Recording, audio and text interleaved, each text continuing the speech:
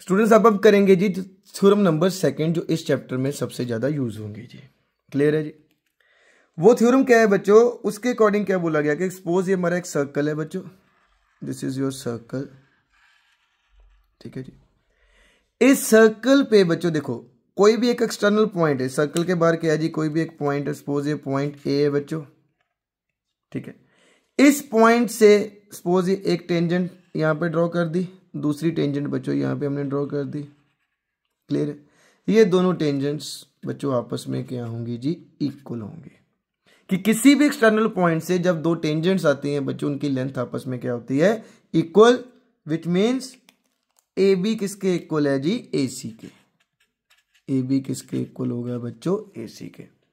आपको ऐसा बच्चे कोई भी देखने को मिले कि सर्कल है, सर्कल के ऊपर क्या हो रहा है बच्चों, बाहर से दो क्या आ रही हैं, टेंजेंट्स आ रही हैं बच्चों, वो टेंजेंट्स ऑलवेज आपस में क्या होंगी जी, इक्वल होंगी। आप उसको इक्वल कर देना। इक्वल कैसे करना है उसका आपको रीजन लिखना पड़ेगा, एंड रीजन वो क्या है बच्चों, जो आपकी थ्योरम है वो क्या है जी, मैं लिख देता हूं यहां पे, the length of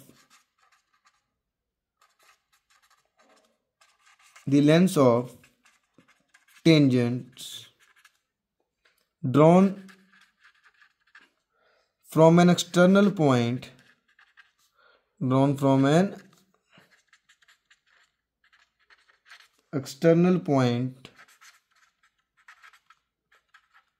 to a circle are equal, और क्या है बच्चों, इक्वल। कि कोई भी टेंजेंट्स बच्चों, सर्कल से दो टेंजेंट्स आ रही हैं, उनकी लेंथ क्या है जी, इक्वल है। बस सिंपल वर्ड्स में आप याद रखना।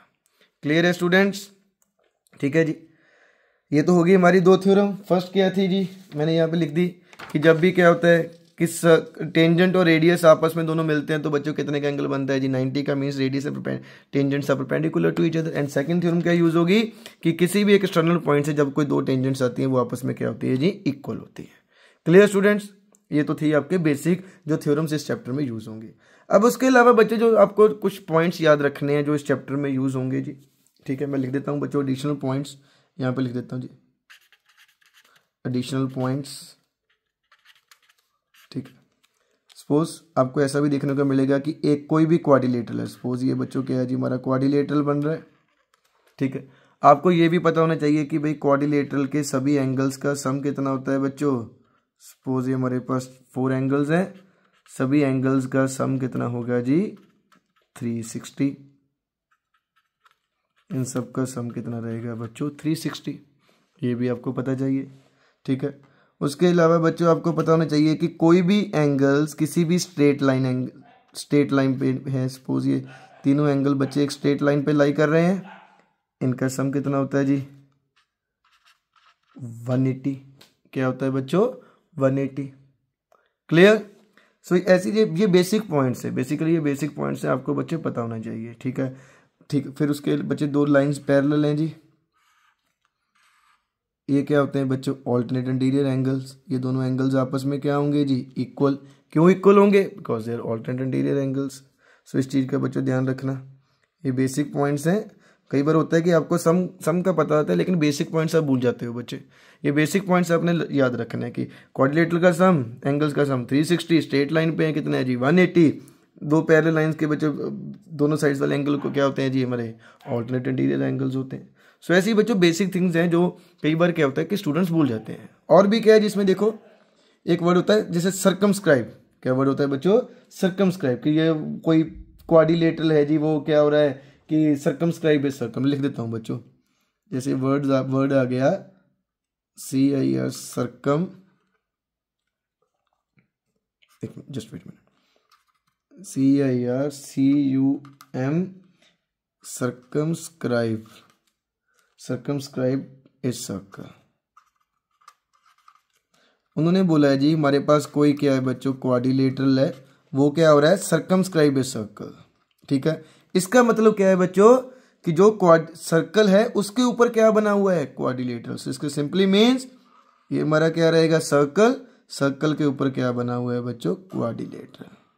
इस चीज का भी ध्यान रखना कि सर्कमस्क्राइब मीन्स उसके ऊपर कुछ क्या बना हुआ है, सर्कल के ऊपर कुछ भी चीज बनी है। बेसिकली ये थिंग आपके बच्चों नेक्स्ट चैप्टर में ज्यादा यूज होगी, ठीक है, उधर हम करेंगे जी। क्लियर है students. So this is your introduction of your chapter 10th circles. आप इसके बच्चों बेसिक्स अच्छे से देख लो एक बार। आपको अगर ये सब कुछ पता है तो आपको चैप्टर बच्चों इजीली कर सकते हो, ठीक है। टेंजेंट्स के बारे में पता हो, रेडियस क्या होता है, टेंजेंट जो लाइन आके टच करती है, पॉइंट ऑफ कांटेक्ट क्या है जहाँ पे बच्चों लाइन सर्कल को टेंजेंट सर्कल को आके टच करे।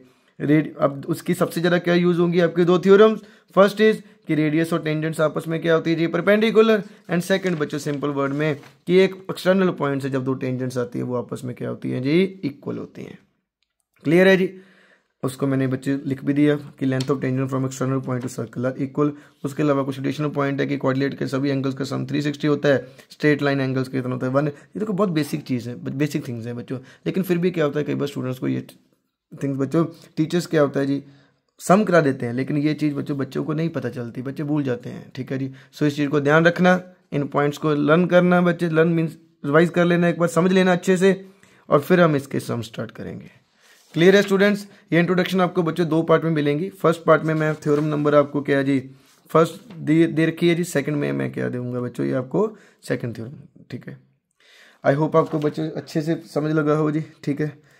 मेरी बच्चों कोशिश रहती है कि आपको step by step each and everything बच्चों यहाँ पे मिले, ठीक है। इंट्रोडक्शन में भी मेरी ट्राई रहती है कि each and every aspect chapter का हम कवर करें।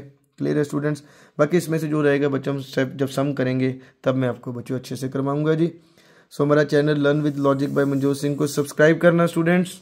एंड यहाँ पे आपको ईच एंड एवरी सब्जेक्ट का बच्चों each and every sum step by step मिलेगा जी। Thank you so much students.